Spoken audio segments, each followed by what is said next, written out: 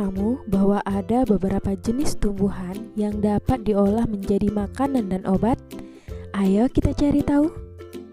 Di Asia Tenggara, banyak tumbuhan yang dimanfaatkan untuk bahan makanan. Namun, di antaranya banyak juga yang dimanfaatkan sebagai obat. Asia Tenggara sebagai wilayah tropis memungkinkan banyak tumbuhan hidup.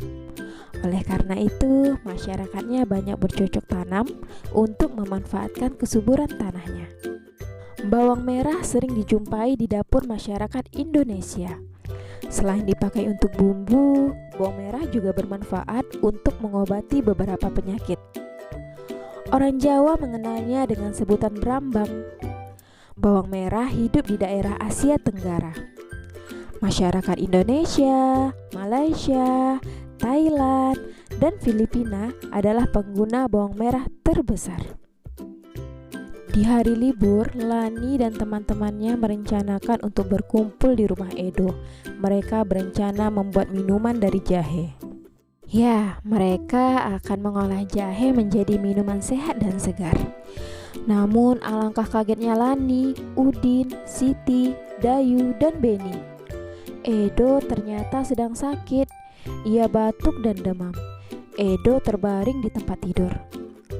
Mereka akhirnya bersepakat membuatkan wedang jahe untuk Edo. Di belakang rumah Edo banyak tanaman jahe. Edo sangat senang. Persahabatan mereka sangat indah. Mereka memiliki latar belakang yang berbeda. Namun, semangat tolong-menolong di antara mereka sangat tinggi.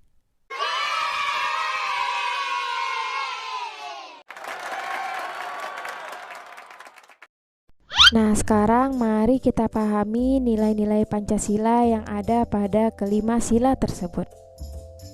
Sila pertama, ketuhanan yang Maha Esa.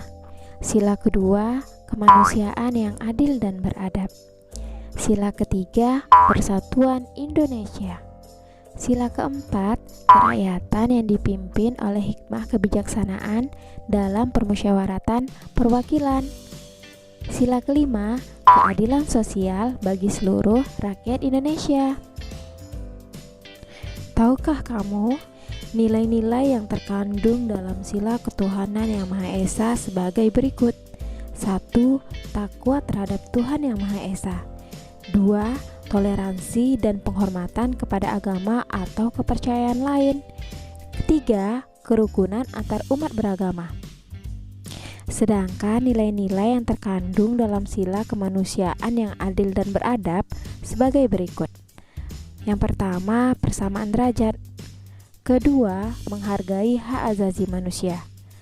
Ketiga, solidaritas antar sesama manusia. Dan yang keempat, perdamaian.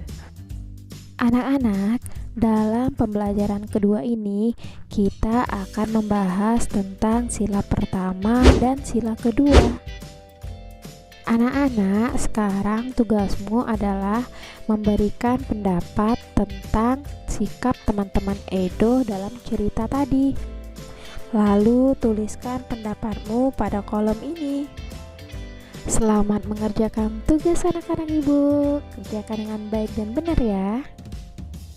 Anak-anak, setelah anak-anak menulis pendapat tentang sikap teman-teman Edo tadi, sekarang anak-anak diminta untuk mengamati gambar berikut ini. Setelah anak-anak ibu mengamati gambar-gambar tadi, sekarang anak-anak ibu diminta untuk mengelompokkan gambar-gambar tersebut sesuai dengan nilai-nilai dalam sila ke-1 dan sila kedua. Tulislah nomor gambar pada tabel berikut sesuai dengan pengelompokannya. Jawaban yang nantinya akan kamu tulis di dalam tabel jangan lupa disertakan dengan penjelasan.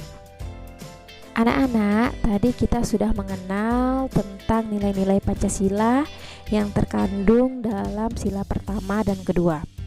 Sekarang kita akan belajar tentang patung-patung di Nusantara dan cara membuat patung-patung Nusantara, serta cara membuat adonan plastisine.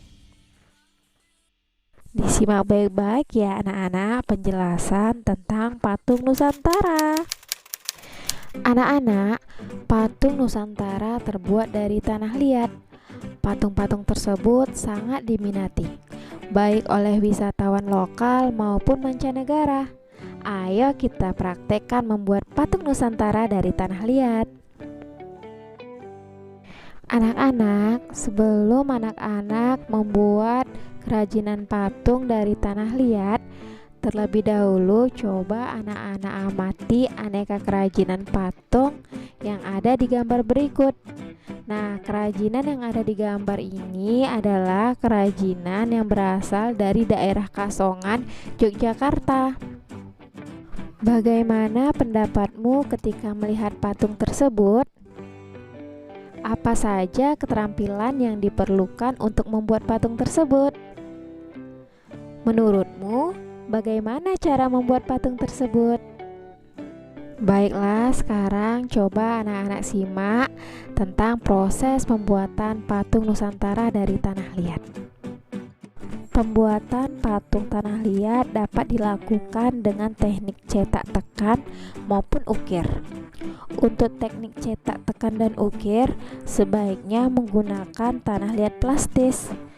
Jangan menggunakan tanah liat yang terlalu lembek karena akan menyulitkan untuk memperoleh bentuk yang tepat, rapi, dan jelas. Tanah liat yang terlalu lembek akan lengket pada cetakan gips sehingga sulit diangkat dari cetakan dan sulit untuk diukir. Untuk kegiatan membuat patung Nusantara ini, kamu dapat menggunakan tanah liat yang dapat ditemukan di sekitar tempat tinggalmu. Nah, jika di sekitarmu tidak terdapat tanah liat, maka kamu bisa menggunakan lilin atau plastisin. Kamu juga dapat membuat sendiri adonan plastisin dari tepung dengan langkah-langkah sebagai berikut. Nah, sekarang anak-anak coba simak ya cara membuat adonan plastisin. Ada baiknya sebelum anak-anak membuat adonan plastisin, anak-anak mempersiapkan dahulu bahan-bahannya. Bahan-bahan yang pertama yaitu 2 cangkir terigu. Yang kedua, setengah cangkir garam. Ketiga, 2 sendok makan minyak sayur. Keempat, 1,5 cangkir air hangat.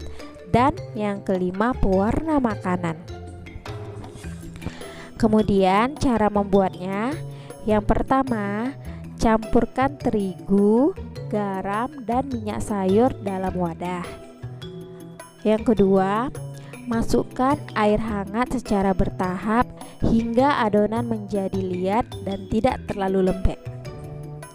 Yang ketiga, gulung dan remas-remas adonan hingga bercampur dengan sempurna.